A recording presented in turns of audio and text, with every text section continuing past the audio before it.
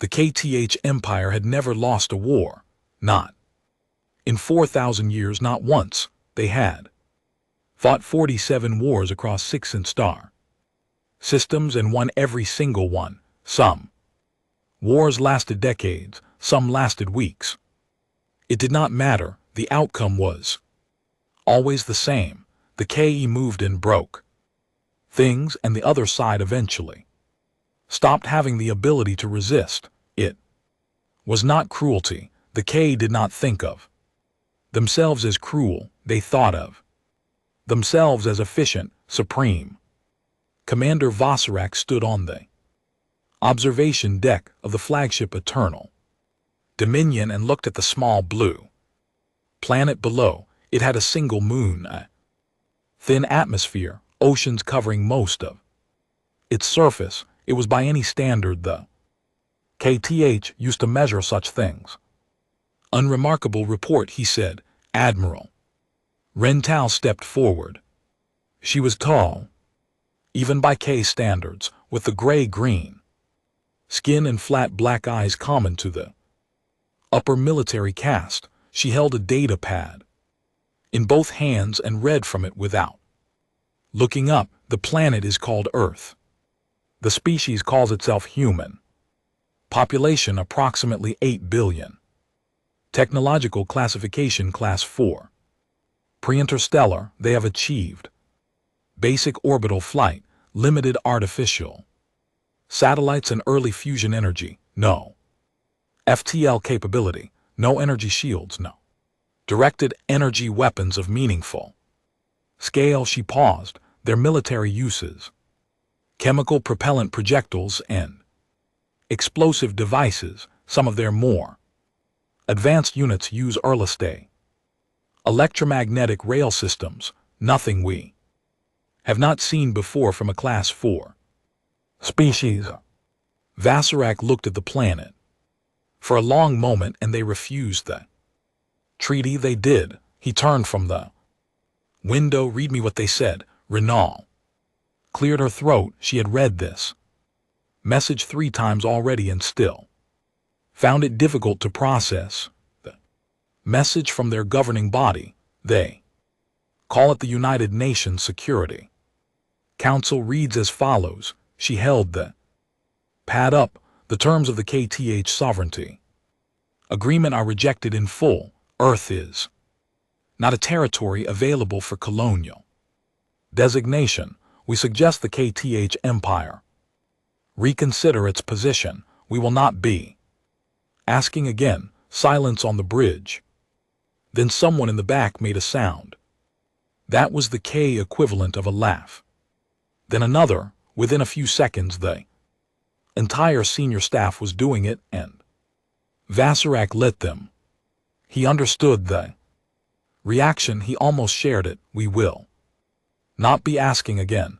8 billion creatures on a single planet with chemical propellant weapons and the nerve to address the K Empire as though they were equals, as though there was a negotiation happening, as though the treaty had been an offer they could decline. It had not been an offer. Send the standard response, Vasarak said. Inform them that non-compliance results in pacification. Give them 48 of their hours. He walked away from the window. They will comply or they will not. Either way, we move forward in 2 days. The message arrived at the UN Security Council chamber at 3:14 in the morning. Geneva time. Secretary General Amara Ozibansu was already awake. She had not slept in 31 hours. Around the long table sat the permanent members of the Security Council and 12 military advisors, most of them in rumpled suits and expressions that had long ago moved past fear into something flatter and harder. She read the KTH response aloud. The room was very quiet. Then General Marcus Webb, chairman of the Joint Chiefs of the United States, said, "Well, they took the bait." Amara looked at him. "General, they're moving in 2 Days, that's what we needed. He leaned back in his chair. He was a large man, silver-haired, with the kind of face that had stopped being surprised by anything. Roughly 20 years ago, Phase 1 launches. In 18 hours, we'll be ready. You keep saying that. I keep meaning it. Amara set the message down on the table. Outside the chamber windows, Geneva was dark and quiet, normal, ordinary. 8 billion people on this planet going about their lives, most of them still unaware that 412 KE warships were sitting in high orbit waiting. She thought about that number, 412, when the intelligence had first come in 3 months ago, when the first contact signal had been decoded and the nature of the message understood. She had put that number in front of every military leader on the planet and asked them what it meant. General Webb had said it means we need to move fast. He had not said we cannot win. He had not said we should surrender. He had looked at the number, and then he had looked at her, and then he had said they needed to move fast. She had asked him why he was not afraid. He had said, "Oh, I'm terrified," but fear doesn't change the math. She had not fully understood what he meant until 3 weeks later, when the first briefings came in, when she sat in underground rooms and watched presentations that should not have been possible from a species that had never left its own solar system, when she started to understand that the last 60 years of human military development had not gone in the direction the rest of the world thought it had gone. The KTH had looked at humanity and seen a Class 4 species. They had not been wrong exactly. They had just been looking at the wrong things. High orbit K flagship, 41 hours later, the attack began at dawn local Earth time. The KTH preferred dawn strikes. There was something psychologically effective about them. Even across species, the sun coming up and war arriving simultaneously, it tended to paralyze. 200 warships broke from formation and began their descent. Orbital bombardment. First standard procedure: disable major population centers, government infrastructure, military command nodes, then surface insertion teams, then the occupation framework. The whole process took between 72 and 96 hours for a Class 4 planet. Vossarek watched from the observation deck. The first strike group reached the upper atmosphere. Then his communications officer turned from her. "Station Commander, we are detecting." She stopped, looked at her screen again. "We are detecting launch signatures from the surface, multiple sites. Simultaneously, missiles," Vassarek said. He was not concerned. He had seen this before. Class 4 species occasionally managed to get something into orbit with enough velocity to be annoying. His shields would handle it. Standard point defense response. Her voice had changed slightly. The count is another pause. 4,216 individual launch signatures, and climbing the bridge went quiet. "That cannot be right," Admiral Renault said. "I am reading it correctly." Vozarek turned from the window to look at his screens. The signatures were there, not missiles in the traditional sense. The heat profiles were wrong. The velocity curves were wrong. The trajectories were wrong. These were not going up in the way things went up when a primitive species tried to defend itself. They were going up with purpose, with coordination, with the kind of dispersal pattern that required significant computation and planning. "What are those?" he said. Nobody answered immediately. Then the first of them reached his forward ships. The device that hit the Keth spear of morning was roughly the size of a ground vehicle. It had been built in a facility 300 m below the Nevada desert, along with 412 identical units over the course of 4 years. It contained no explosive material. It did not need any. It hit the spear of morning at 0.003%. The speed of light. At that velocity, mass becomes the weapon. The math is very simple and very final. The spear of morning had shields rated to handle any known Class 4 weapon system. Kinetic impactors at that velocity were not a known Class 4 weapon system. They were not a weapon system anyone had ever encountered from a species that had not yet achieved interstellar travel, because achieving that kind of velocity from a planetary surface required an understanding of physics that a Class 4 species should not have had. The spear of morning came apart. Then the second wave hit. Vozarek stood on his bridge and watched his forward line dissolve.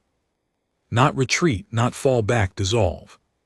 Ship after ship registering catastrophic structural failure. In the span of minutes, the projectiles kept coming, thousands of them. His point defense systems were handling some, the ones they recognized as threats, the ones that moved in patterns the targeting AI had been trained to intercept. But the humans had apparently anticipated this. Some of the projectiles moved in completely irregular patterns, not random. Irregular, deliberately unpredictable. His targeting systems kept adjusting, and the adjustments kept being wrong. Pull back the forward line, he ordered. Get them out of the impact corridor, sir.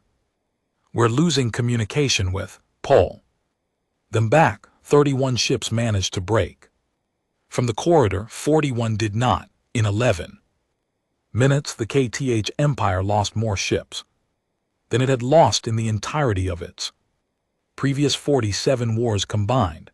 Vozarek stood in the silence that followed and stared at his screens. The projectile signatures were tapering off. The humans had apparently run through their first wave. His remaining ships were intact.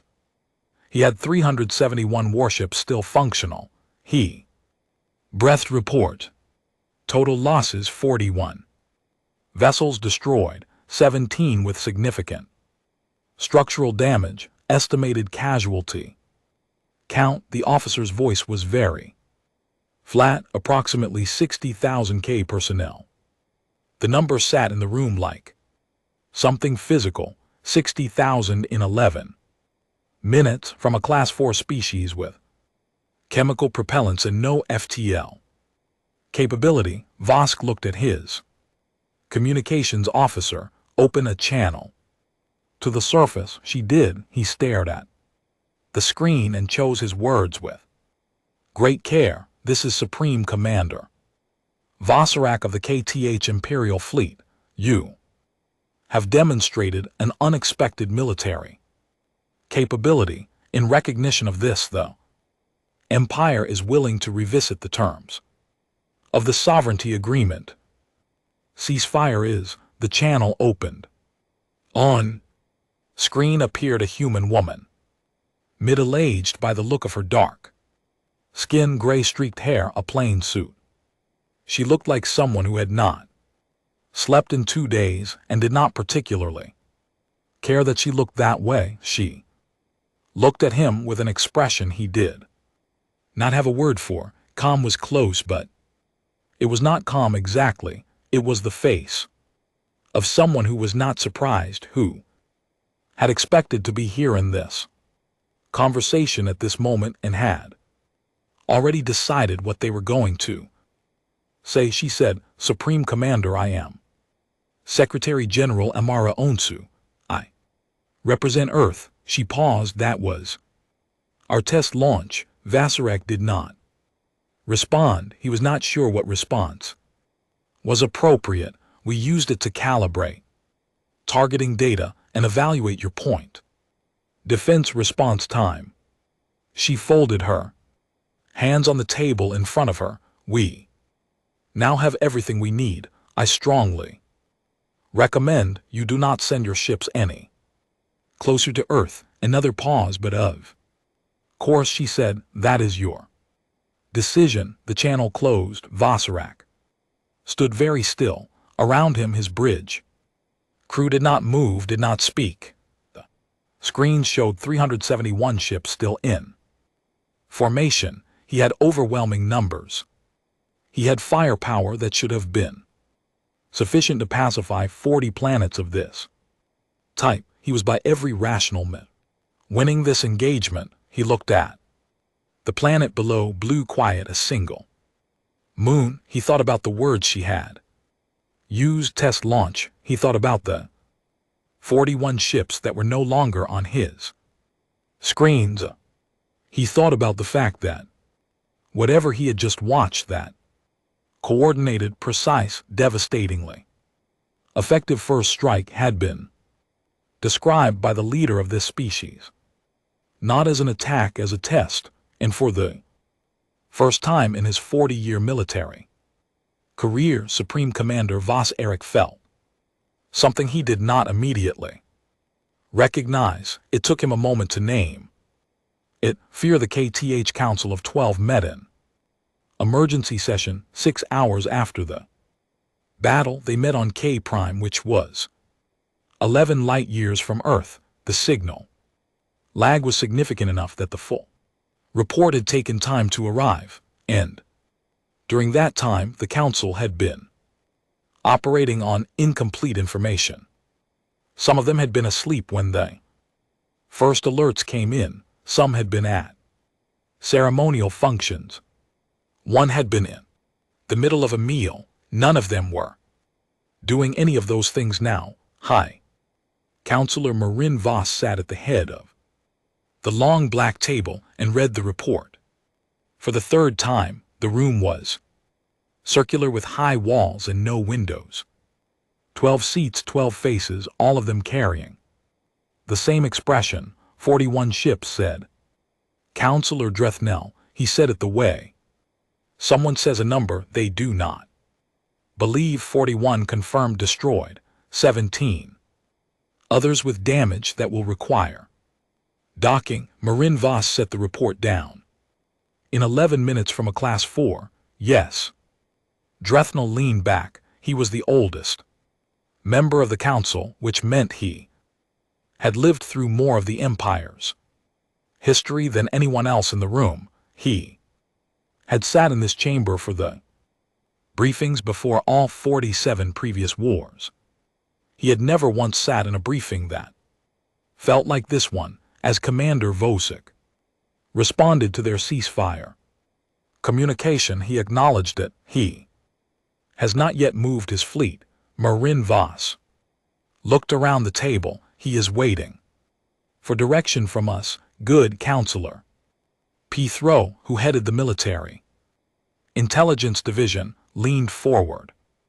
She was younger than most of the others, sharp-featured, known for never wasting words, because what I am about to tell you is going to require us to rethink everything we thought we knew about this species. She pulled up a holographic display in the center of the table.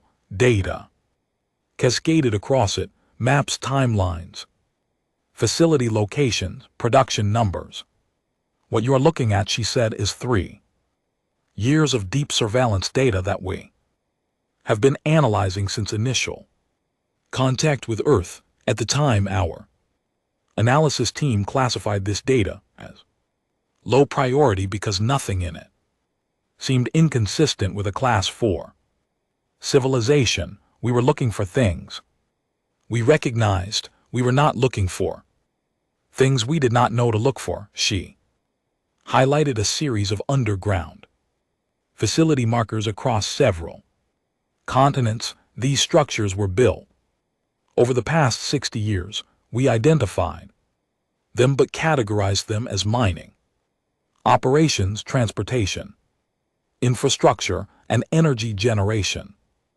We were not wrong about their surface function, but we missed what was happening below. She brought up cross-section diagram of one of the facilities.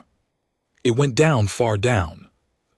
Humans have been building a parallel military infrastructure for 6 decades. Not in response to us, they did not know about us 60 years ago. They built it because of each other, because their own history taught them that the next war was always coming, and it was always going to be fought by whoever prepared the longest and the deepest. Drethnell said they built it against themselves. Yes, and then we showed up. Pethro's expression was difficult to read, and they redirected it. She pulled up a new set of numbers. The kinetic impactor program they used in this engagement required a precision manufacturing capability we did not know they had. The targeting algorithms required a computational infrastructure we did not know they had. The launch coordination across 4,000 separate sites required command and control network we did not know they had. How did we miss this? Someone asked. Because we were not looking for it in the right places. We looked at their public military, their armies, their navies, their air forces. We looked at their satellites and their nuclear stockpiles. We graded them on everything we expected a Class 4 species to have developed. She paused. We did not account for the possibility that a Class 4 species could develop in a completely non-standard direction due to spending 3,000 years at war with itself. Silence. 3,000 years, Marinvos said. Their recorded military history goes back approximately 5,000 years. Active large-scale warfare for most of it. They have never in their recorded history had a period of global peace lasting more than 75 years. Pethro looked at the table. Every other species we have encountered that developed to Class 4 status did so after achieving some form of planetary unity, or at least prolonged regional stability. The humans did not. They developed in a state of perpetual conflict. Everything they built knowing someone else on their own planet was trying to build something better to destroy it. They evolved their weapons technology in a live competitive environment. Drethnell said for millennia. Yes, more silence. This one lasted longer. Marinvos looked at the display, the facility cross-sections, the production numbers, the targeting data from the engagement. What else do they have? Petra did not answer immediately. Counselor Marinvos said, "We don't know." Petra said, "That is the honest answer. We know what they used.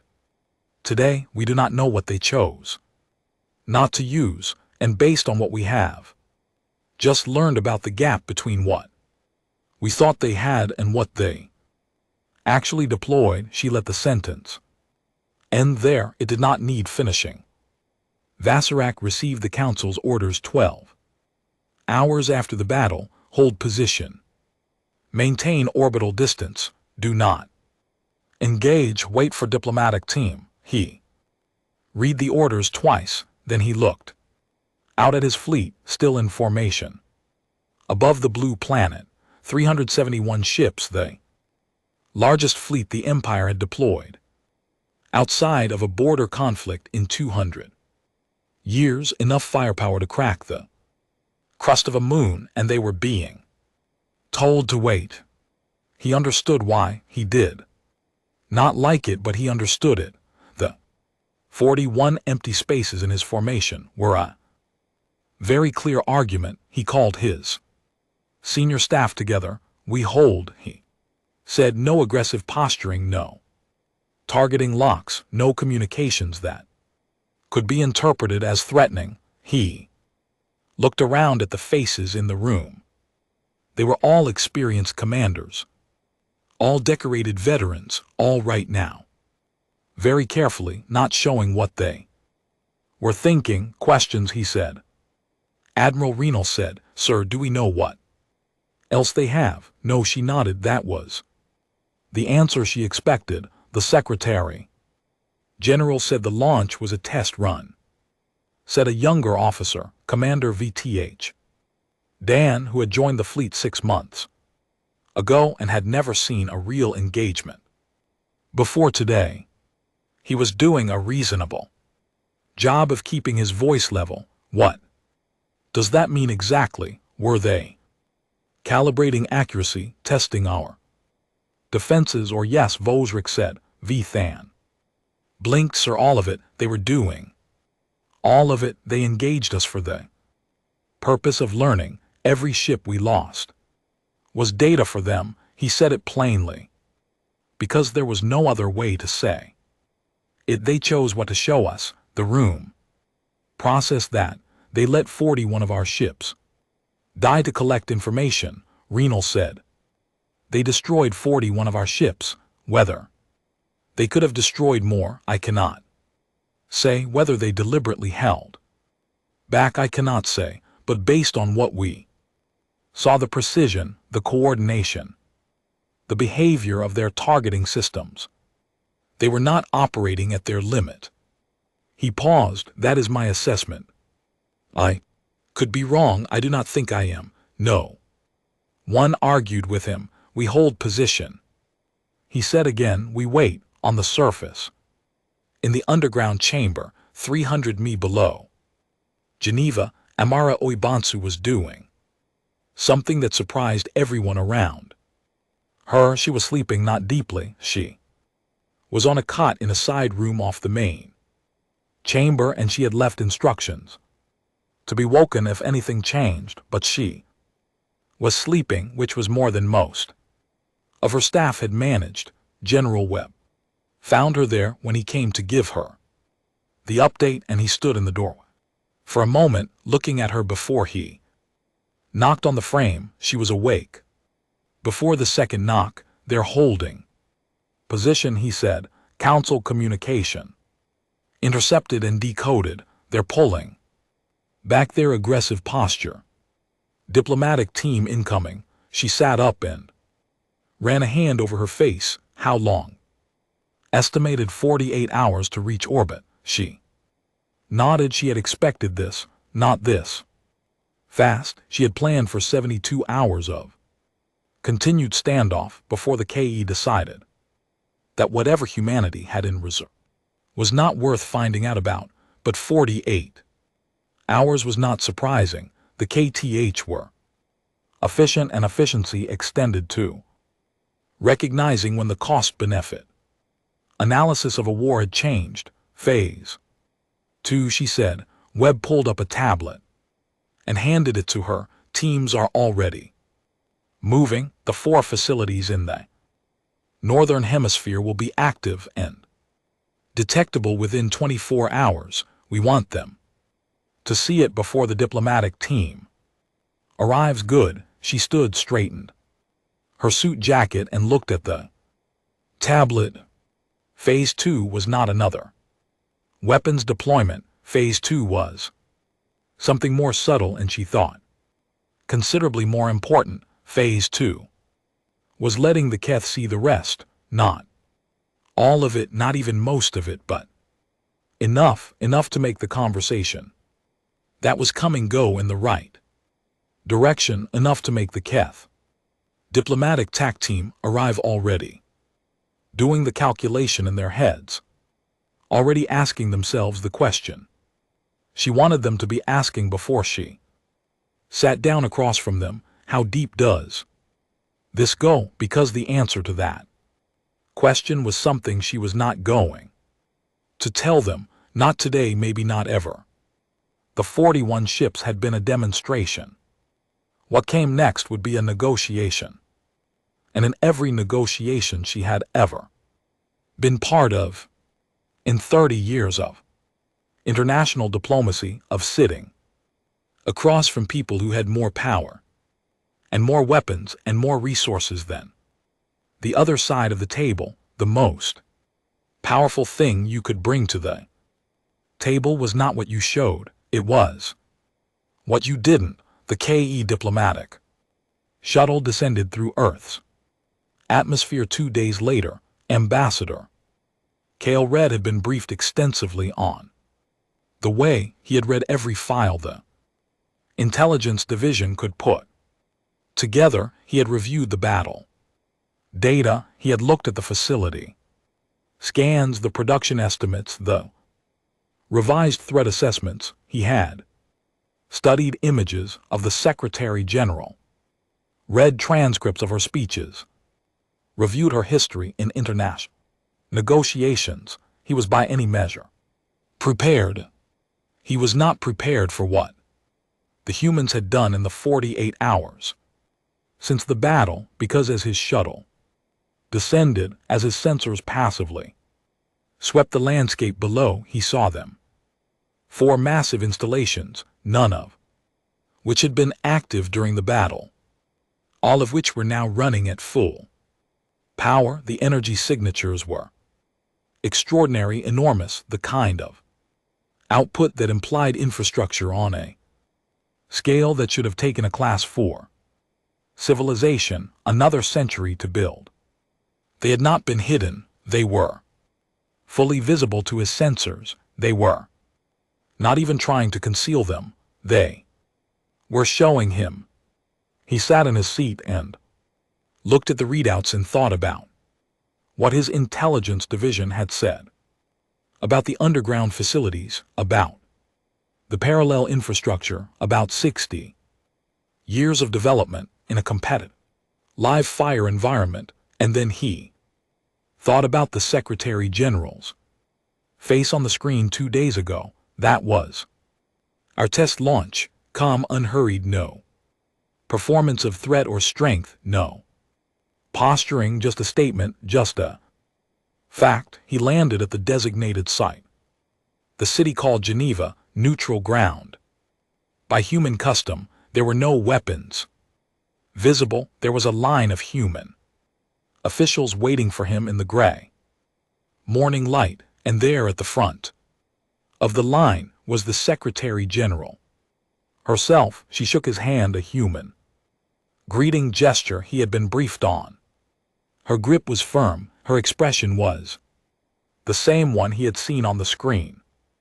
That particular form of calm that was not passivity, that was something much more deliberate. Ambassador, she said. Thank you for coming, Secretary General. He said, I hope we can reach an understanding. She looked at him for a moment, and he had the unsettling sensation that she was not listening to what he said so much as watching to see if he meant it. I think we can, she said. I think we will. She turned and led him inside. Behind them, 4 energy installations pulsed on the horizon. Kale did not look back at them. He did not need to. The number was already in his head, turning over and over, not letting go. They had deployed 4,000 projectiles in the first wave. Those 4 installations each appeared capable of producing approximately that many. Again, each he walked into the building. He was very, very good at negotiation. He was going to need to be. Negotiation lasted 9 days.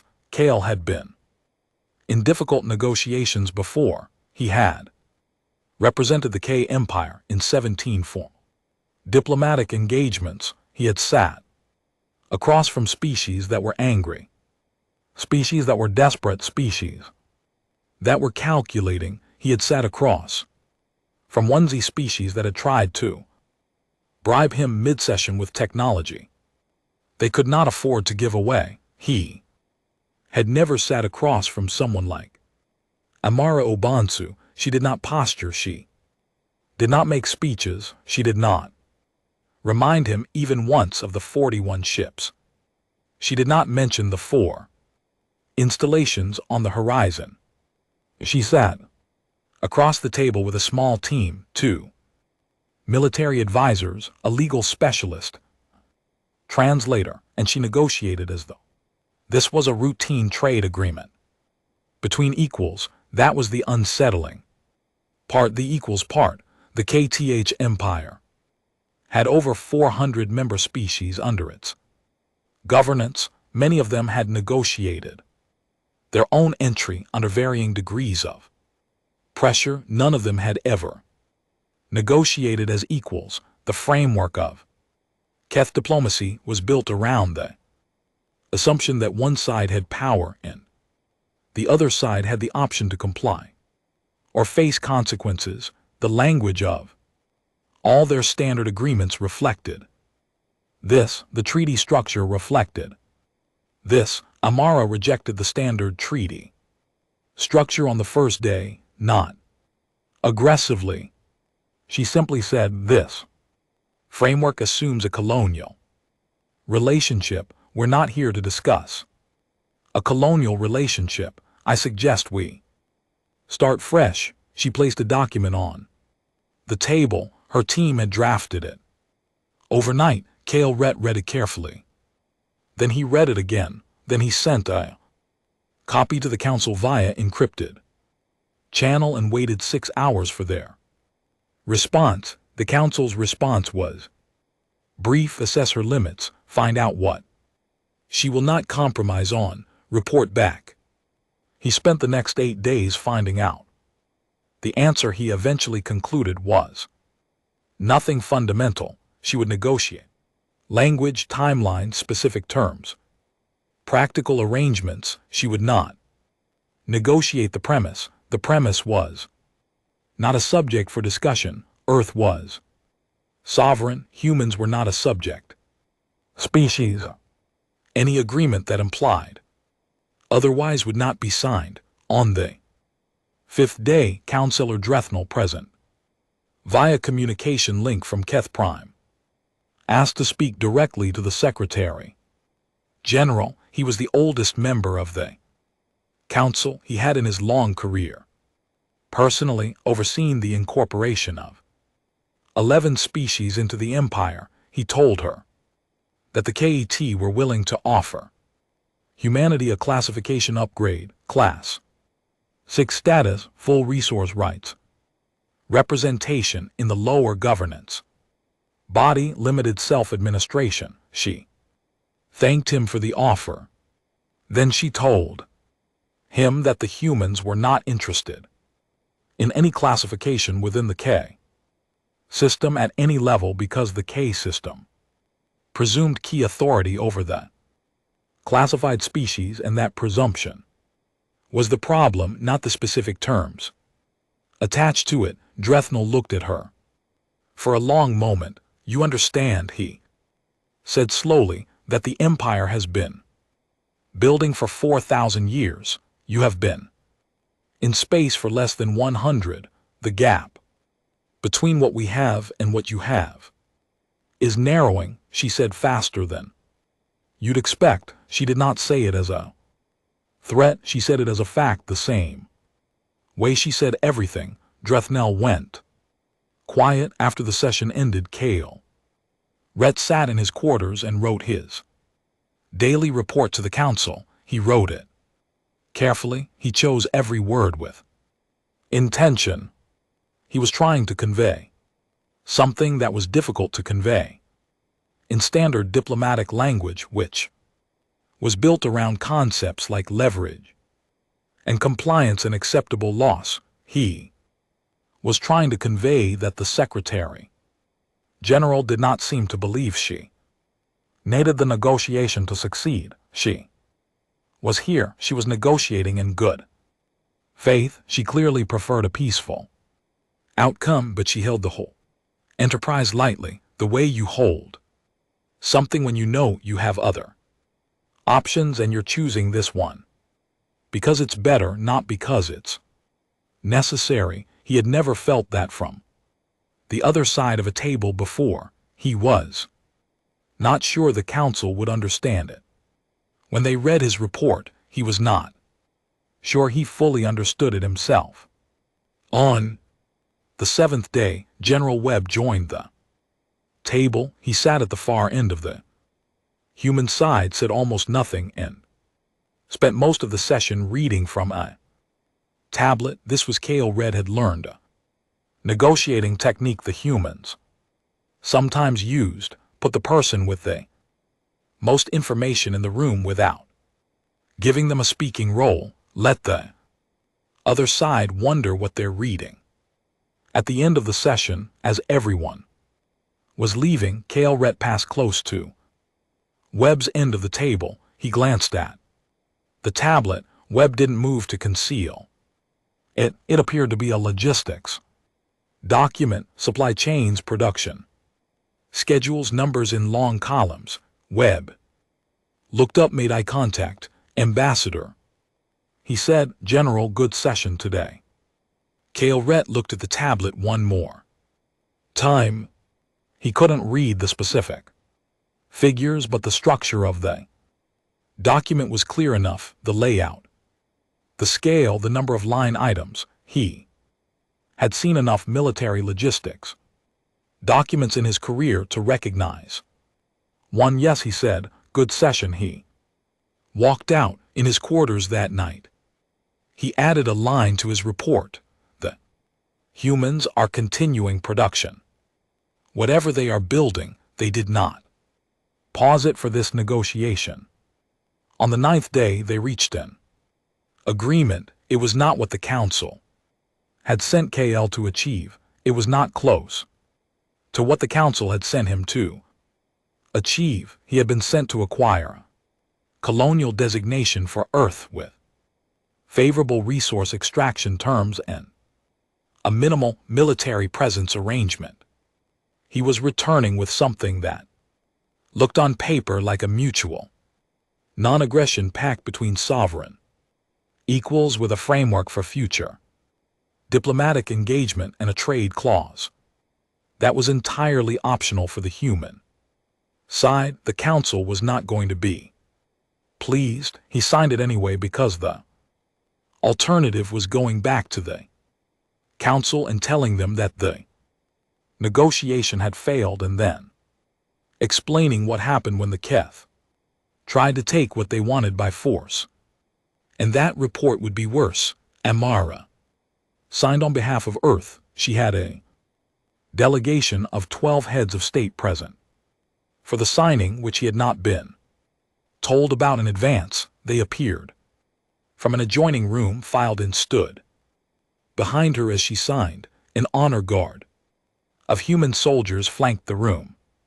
The soldiers were armed. Their weapons were not the chemical propellant systems from the intelligence files. Kale Red had been briefed enough to recognize that whatever they were carrying, it was something newer, something that had not been in the files. He noted this.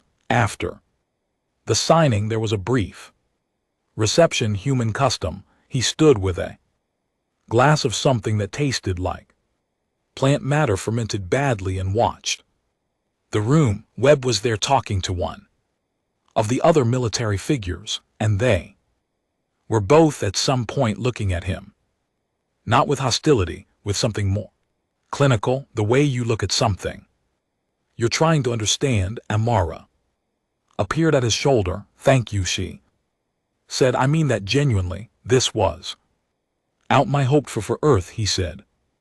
Yes, and hopefully for the Keth as well.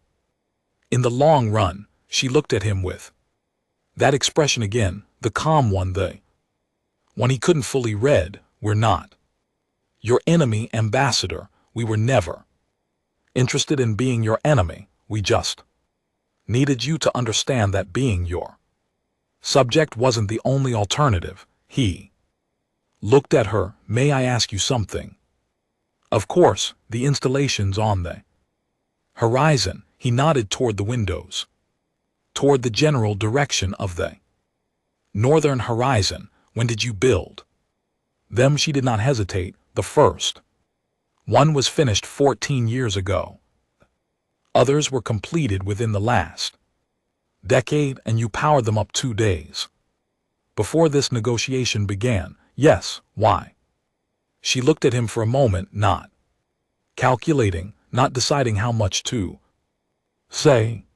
She seemed to already know, because you needed to come here already asking the right question, she said, not can we take this planet by force. You'd already answered that one. The question we needed you asking was, how much more is there? He was quiet, and he said she smiled. It was a small smile. It did not reach the kind of warmth he associated with a smile used for reassurance. It was more like the smile of someone who knows the answer to the question but is giving you the courtesy of finishing the thought yourself. There's more, she said. She walked away to speak to someone else. Kret stood there with his glass of badly fermented plant matter and looked out the window. Installations pulsed on the horizon 3 km away, massive, visible, deliberate. He thought about the report he was going to write. He thought about the 41 ships. He thought about the phrase test launch and what it meant if it was true, and what it implied about everything humanity had not yet chosen to show. He thought about a species that had spent 5,000 years at war with itself and emerged from it, not broken, not exhausted, but refined, sharpened, turned into something that looked like a Class 4 civilization from the outside and was something else entirely from the inside, something the KE did not have a classification for, something he thought that the KE were going to need to start thinking about very carefully. The news of the agreement reached the Galactic Senate 3 weeks later. The Galactic Senate was not a KE institution. It was a body that had existed for over 2,000 years, predating the KTH Empire itself, comprising representatives from 67 independent and semi-independent civilizations. The KTH held significant influence within it, but did not control it, and several of the member species had their own concerns about K expansion that they had been diplomatically quiet about for a long time. When the news arrived that Earth had refused incorporation, fought back and signed a non-aggression pact as a sovereign equal, the Senate did not explode into noise. It went very quiet.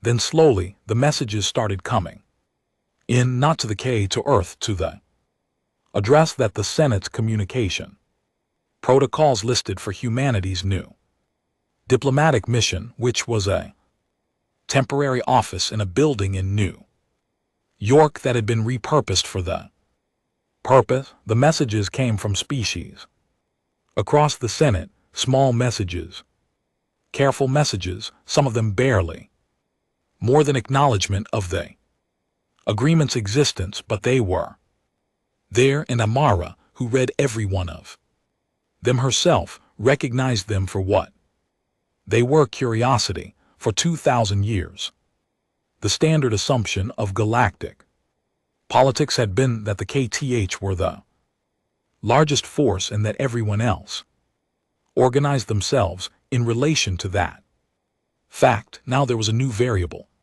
The equation. A small blue one-moon planet that had told the largest military force in the known galaxy that whatever they just seen was a test run. The Senate species were watching. Some of them, she suspected, were hoping she read the last message of the day, set it down, and looked across the table at General Webb. We have 47 unread messages from non-Keth civilizations, she said. Some of them are from species that have been incorporated into the Empire but retain observer status in the Senate. Webb looked at her, reaching out. Yes. He was quiet for a moment, then phase 3. She looked at the stack of messages. 47 civilizations, 47 different history, 47 different relationships with the K-47 different reasons for sending a message to a planet that had just done something no one had expected. Not yet, she said, when she thought about the question. She thought about everything that had been built in 60 years of preparation, about the installations on the horizon, about the things still underground, still waiting, still not shown to anyone, about the gap between what the KTH had seen and what the K had not seen, about how that gap was the most powerful thing humanity had. When we know what we're walking into, she said, we made the first move.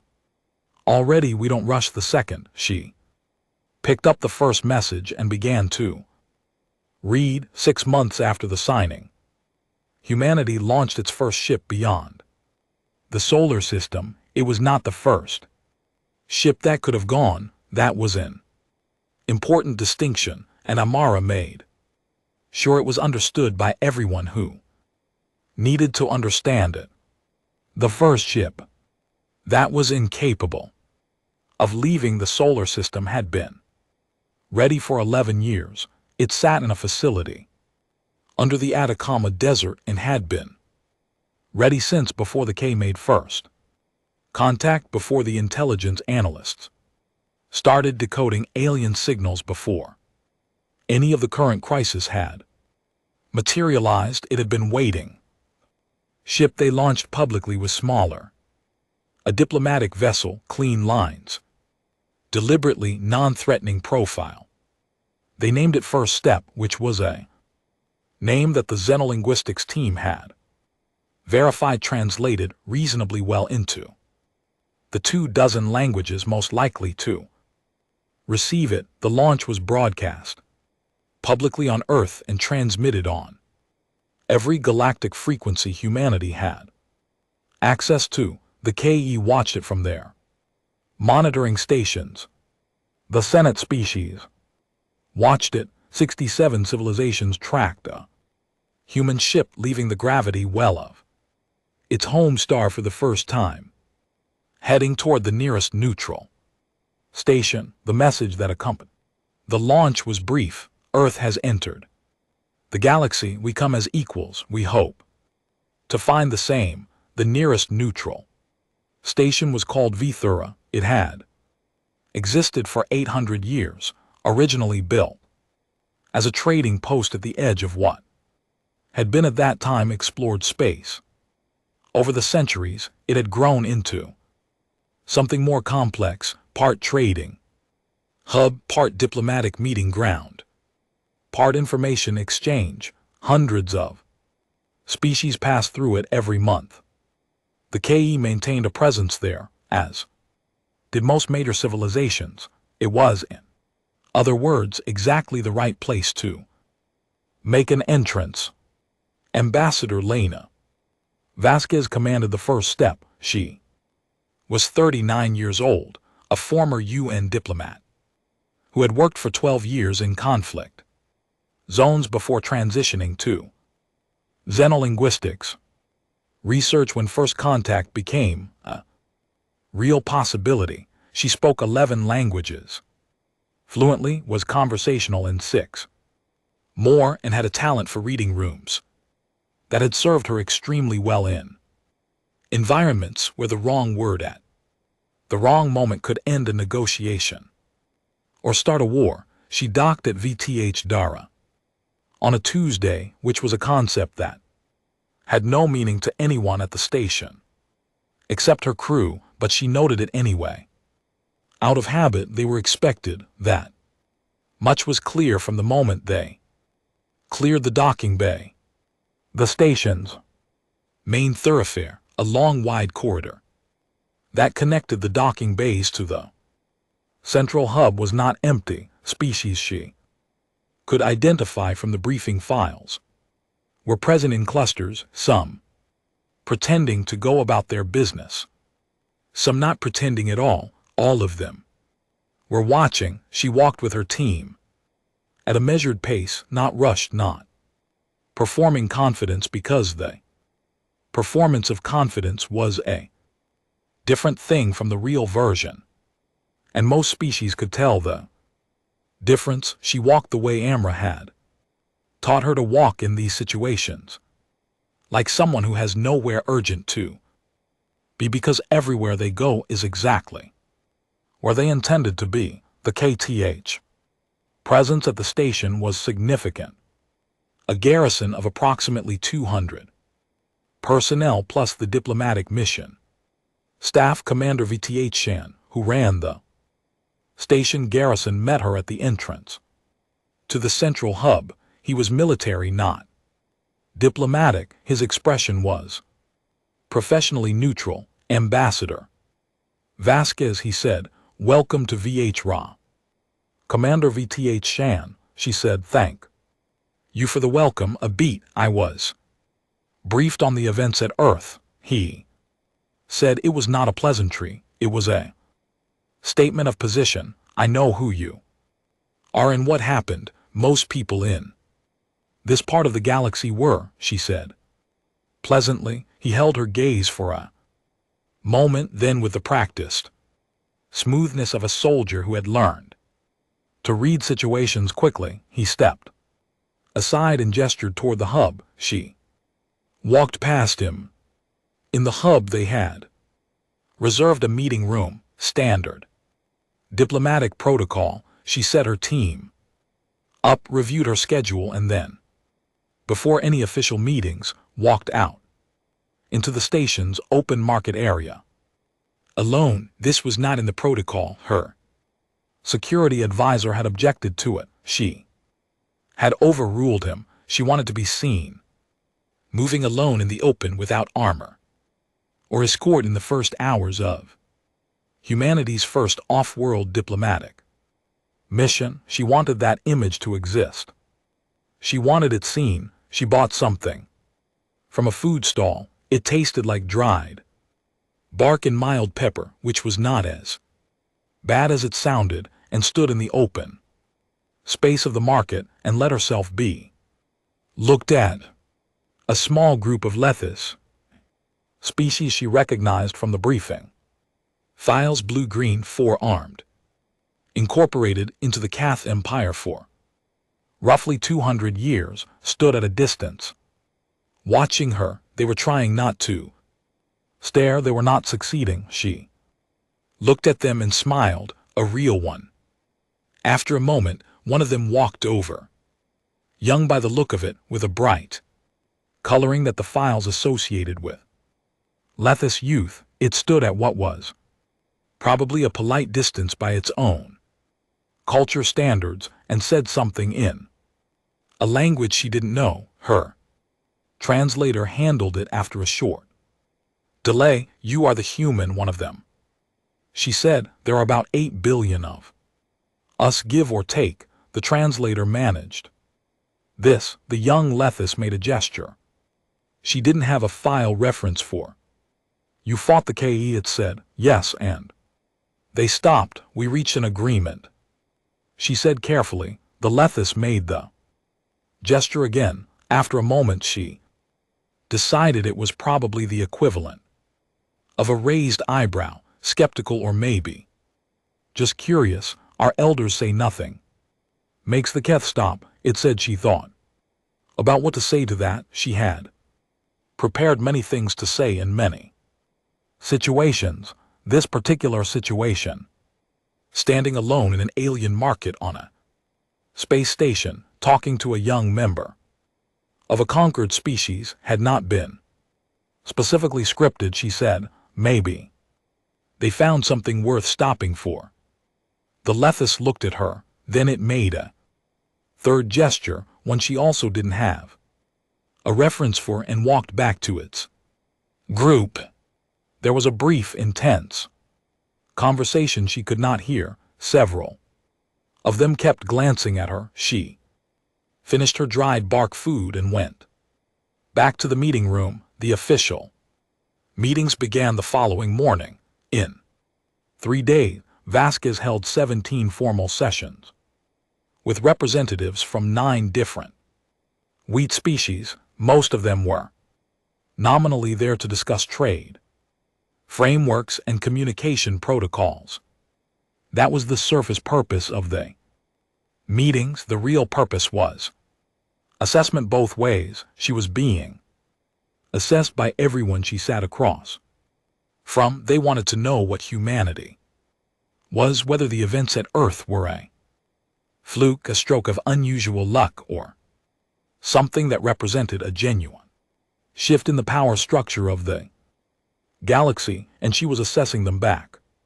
She was looking for the shape of the space humanity was entering, what the fault lines were, what the old grievances were, where the Keth were resented, where they were feared, where they had genuine support, what species were waiting quietly for change they didn't dare name out loud. She found more than she expected. The Lethis, formal representative, the elder of the station's diplomatic mission, very different from the young one she'd spoken to in the market, was careful and measured and said almost nothing of substance for the entire first meeting. But at the end of the session he stood and said, "Your Secretary General," she said. That was the beginning. What did she mean? Vasquez looked at him. She meant that the capabilities you saw during the engagement at Earth represented an early stage of our development. Early stage. He repeated, yes, he processed this. How early? She smiled the same way Amara had smiled at Kaoret, small already knowing the answer. We're an LT Uncan GT, young. She said, we're an LT Uncan GT, just getting started. He sat back down. He did not ask another question for the rest of the session. On the fourth day, the Keth requested a private meeting. Commander Beth Shan came himself without staff and asked for the meeting to be off record. She agreed to both conditions because agreeing to them cost nothing and denying them would cost something. They sat in the small room off the main corridor. He looked at her for a moment before speaking, which she had noticed was a KE habit in situations where they were uncertain of their ground. I want to ask you something directly, he said. Please do, the Secretary General said. The engagement at Earth was a test launch. Is that true? Yes. He leaned forward slightly. What were you testing?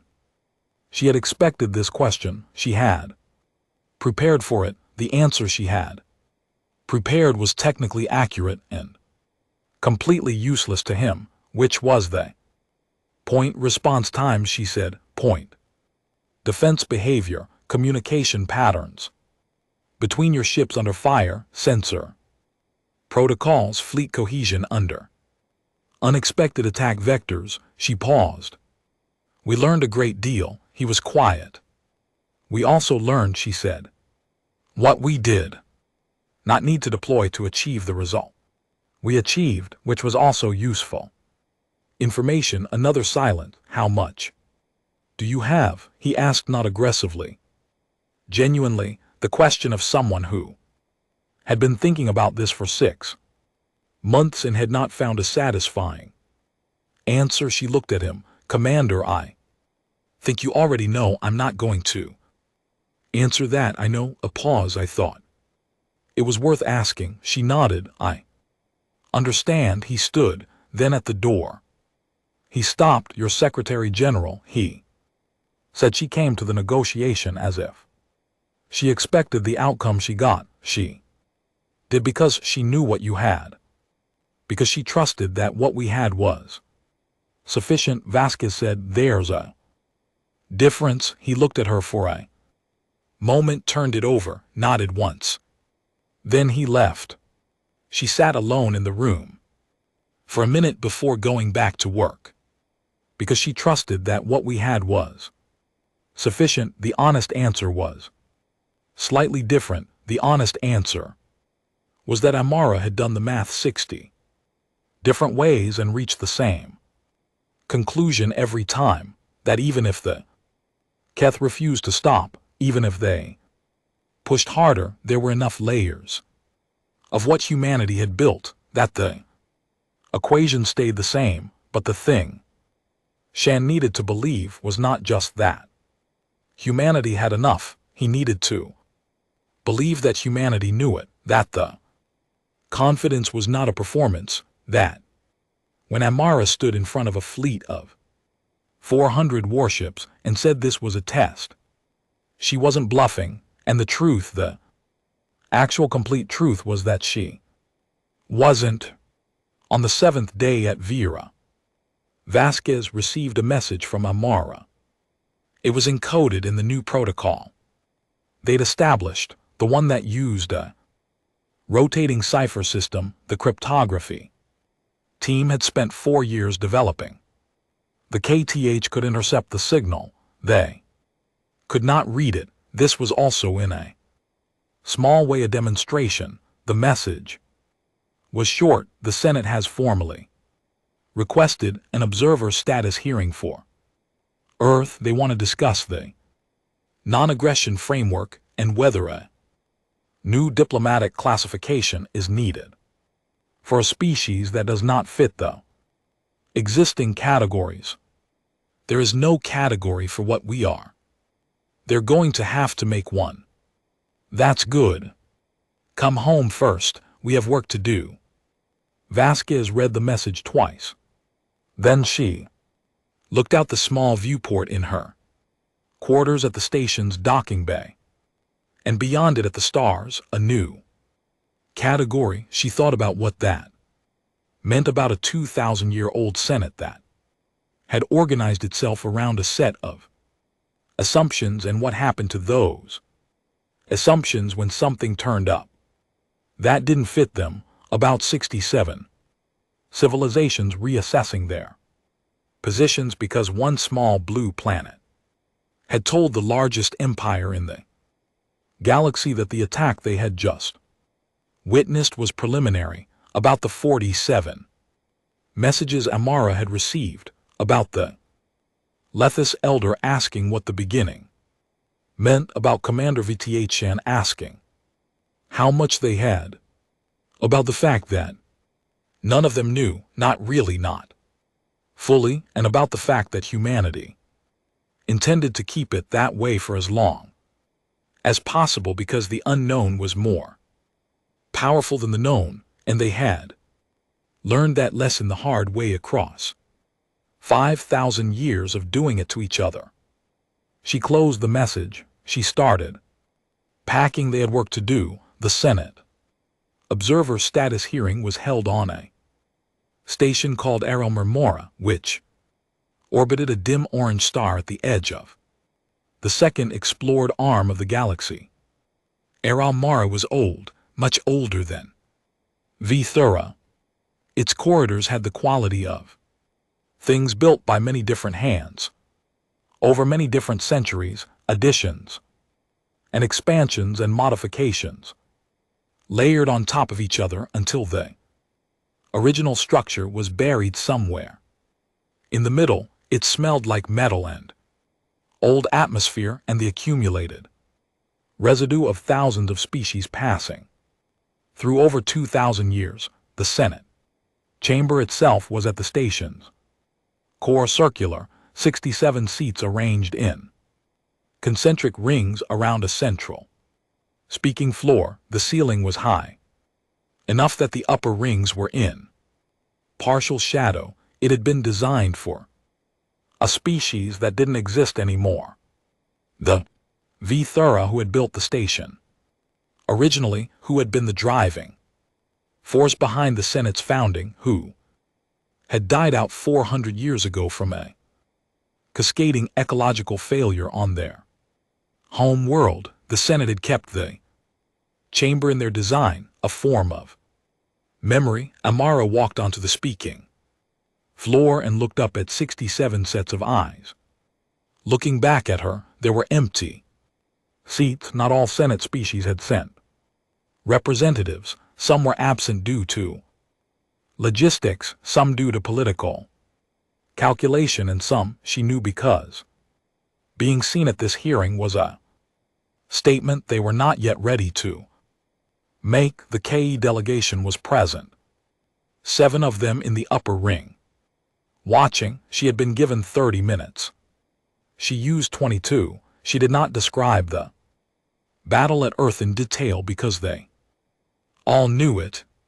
She did not list humanity's capabilities because she was not going to do that. She did not make promises or threats. She spoke about what Earth wanted from the galaxy, which was the same thing humanity had wanted from its own world for most of its history and had only recently managed to achieve for longer than 75 years at a stretch.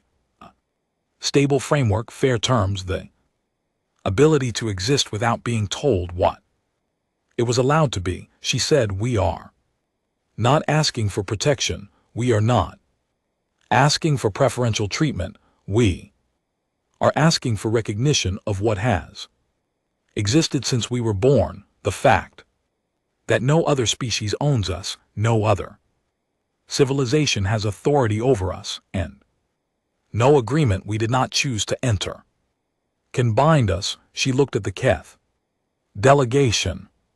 We have demonstrated that we take these principles seriously. Pause. We hope we do not have to demonstrate it again. She walked off the speaking floor. The vote was not what the Keth wanted. It was not, to be fair, everything humanity had wanted either. The Senate did not have a formal mechanism for granting full sovereign status to a new species. The existing framework had been built around the assumption that civilizations joined, either as members or as Keth incorporated territories with a few minor intermediate categories. Creating something new required a 2/3 majority and a formal amendment process that took months. What they granted instead was provisional sovereign observer status, which was a category that had never previously existed and which the legal committee had spent 3 weeks constructing specifically for this occasion. It meant in practice Earth was not incorporated. Earth was not classified. Earth could send representatives to Senate proceedings, could engage in bilateral negotiations with any species it chose, and could not be subjected to the KAT sovereignty agreement process without a full Senate review. It was not a perfect outcome. It was a wall between Earth and everything the KTH wanted to do, made from the Senate's own procedural structure. Amara accepted it. High Counselor Marin Voss watched the vote count come in from Aral Mora and said nothing for a full 2 minutes.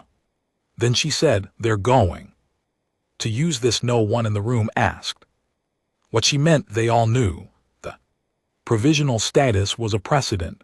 The legal framework that had been built around Earth could in theory be applied elsewhere. Species that were nominally incorporated into the empire but retain Senate observer positions could point to this framework, could ask questions, could use the Senate's own review process to complicate things. They planned this. Counselor Pethro said she had been saying variations of this sentence for 6 months, not the specific outcome but the shape of it. They moved toward the Senate because they knew what it would do. What it would do, Marin Voss said, is exactly what it was designed to do.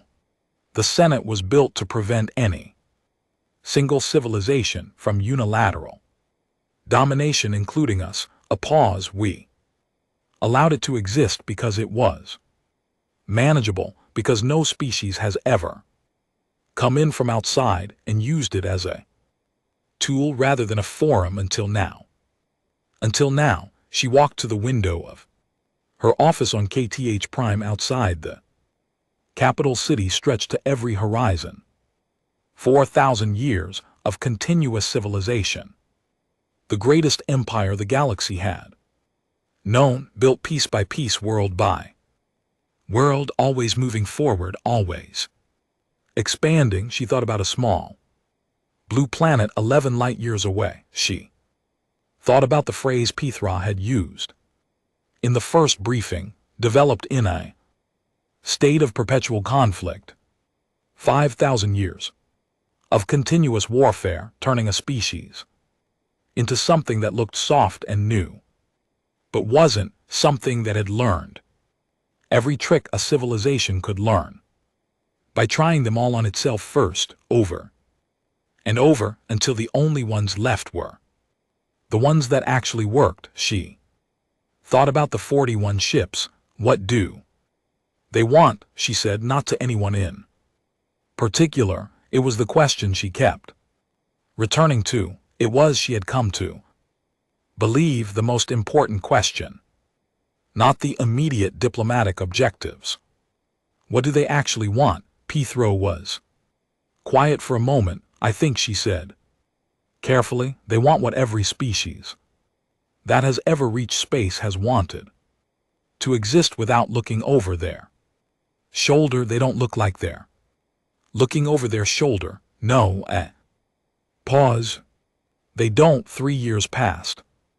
In that time, 6 species with incorporated status in the KTH Empire requested formal review of their classification under the new Senate framework. 2 of them cited the Earth precedent explicitly. None of the reviews succeeded in changing their status because the legal mechanism was new and slow, and the KE were experienced at working within Senate procedures, but the requests existed.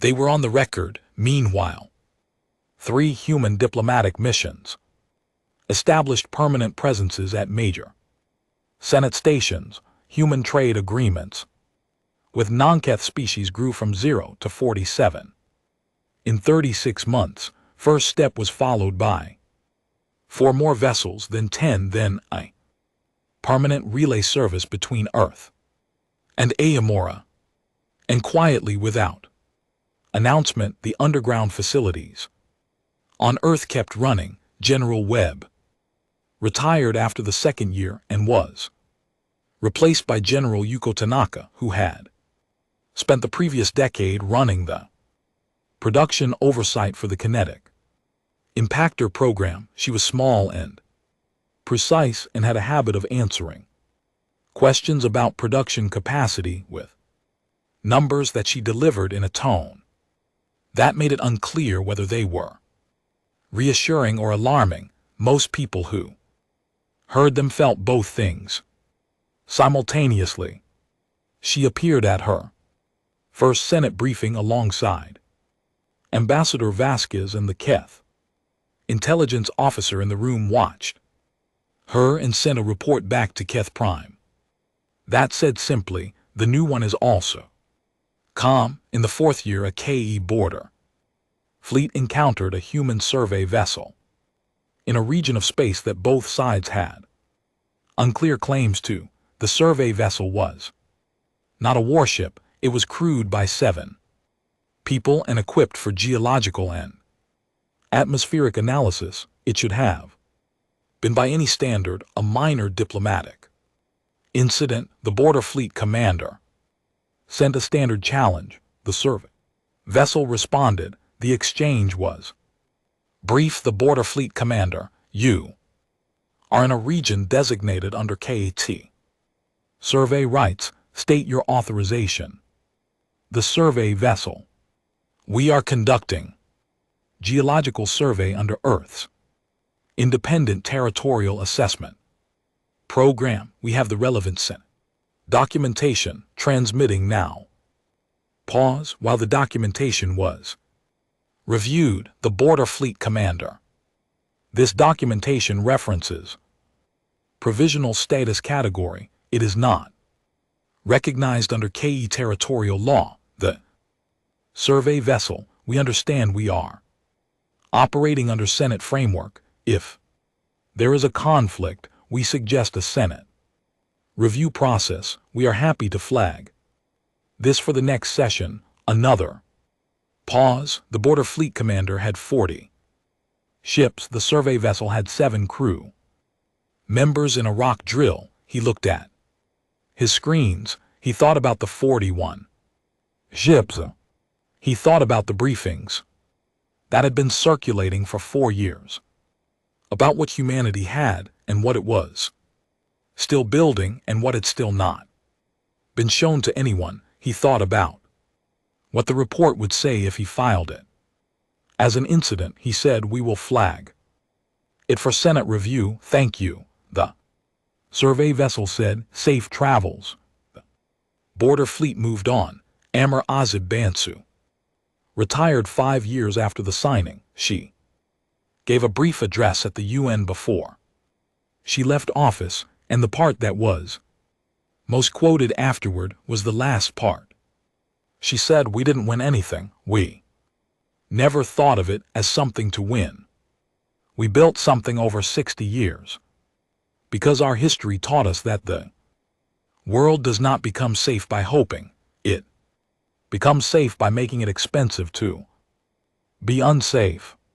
We made it expensive. We kept making it expensive, and we were patient, which is the hardest thing to be when the clock is running." She paused. "The galaxy is very large and very old, and most of it has decided what it is already. We haven't. We're still deciding. That's not a weakness. That's the whole advantage. An open question is harder to answer than a closed one. We intend to stay an open question for as long as possible." She stepped back from the podium. General Tanaka was in the audience. Vasquez was there by video link from Aral Mora, and in the upper gallery, in the seats reserved for diplomatic observers, an unusual presence at a domestic address was a Lethai's representative, young, bright, coloring, the same one from the market at Vero. He had come a long way for a retirement speech in the 10th year after the battle. The KTH Empire's Council of 12 convened a closed session on a topic that had not previously appeared on their formal agenda. Topic was strategic reassessment of expansion policy in light of the Earth situation. High Counselor Marin Voss was no longer on the council. She had retired 2 years prior. Her successor, Councillor Brems, opened the session by putting 3 numbers on the board.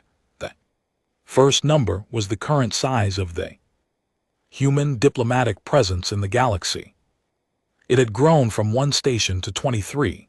The network they had built was functional, active, and deeply embedded in the Senate structure. The second number was the revised estimate of human production capacity.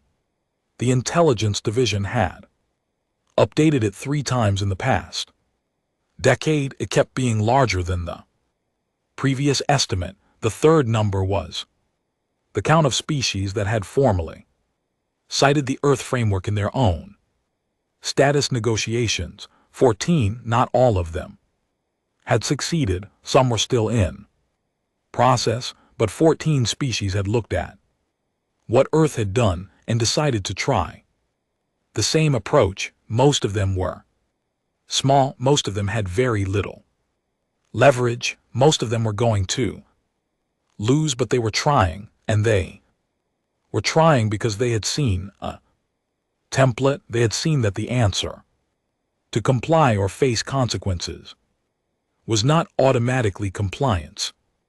Brenvez looked at the council. The Earth situation, he said, has become something we did not anticipate. We anticipated a military problem. We encountered a military problem and resolved it at cost. What we did not anticipate was the cascade. He looked at the numbers. We resolved the military situation by recognizing their sovereignty. In doing so, we demonstrated that sovereignty was Something the Empire could recognize. 14. Species have taken note. A pause. What we are discussing today is not Earth. Specifically, Earth is a single planet. What we are discussing is what Earth represents, what it has communicated to every small incorporated or contested species in the Senate that there is. Another way to answer the question. The room was quiet. The question he continued is what we do about it. In the end, the KAT did not do what anyone expected. They did not escalate. They did not look for a way to quietly undo the Earth framework. They did not retaliate against the 14 species, invoking it, at least not in any way that could be formally documented. What they did was slower and more considered. They opened dialogue with Earth directly, not through Senate channels, not through diplomatic intermediaries. Direct channel proposed by the new Council and accepted by Earth's new Secretary General, a man named Kwam Asant, who had worked under Amara for 12 years and shared her particular brand of patience. The dialogue lasted 2 years. At the end of it, there was no grand treaty, no ceremony, no announcement that changed the formal structure of anything. What there was a working relationship, quiet, functional, built on the Keth understanding that humanity was not going away and was in fact getting larger, and on humanity's understanding that the K Empire had not survived 4,000 years by being stupid. It was not friendship, it was not alliance. It was something more durable than either. Two civilizations that had looked at each other clearly, calculated accurately, and chosen not to find out what the alternative looked like. On Earth, in the facility 300 meters below the Nevada desert, the first ship that had been capable of leaving the solar system for 20 years was still there. General Tanaka visited it on a Thursday. She walked through the hangar, ran her hand along the hull, and stood under it for a while, looking up. It was much larger than the first step, much more capable. The systems it carried had no equivalent in any intelligence file held by any other civilization in the galaxy, because no intelligence asset had ever gotten close enough to see them. Her aide, standing at a respectful distance, said the Council's latest transmission came in this morning. They're requesting another round of capability discussions. Tanaka looked at the ship. Tell them we're still assessing the timeline, she said. The aide made a note. General, when are we actually planning to deploy this one? She looked at the hull for another moment, at the systems underneath it, at everything they had built and everything they had not yet shown, and everything that was still, after all these years, an open question. When we're ready, she said. She walked out of the hangar. The ship sat in the dark and waited, as it had always waited, as everything humanity had ever built for this moment had waited, patient, unshown, turning slowly from preparation into something the galaxy did not yet have a word for. Species that had learned from 5,000 years of teaching itself the hardest possible lessons, that the most dangerous thing in any room is not the largest thing, it is the thing that knows exactly what it is and has not yet decided to show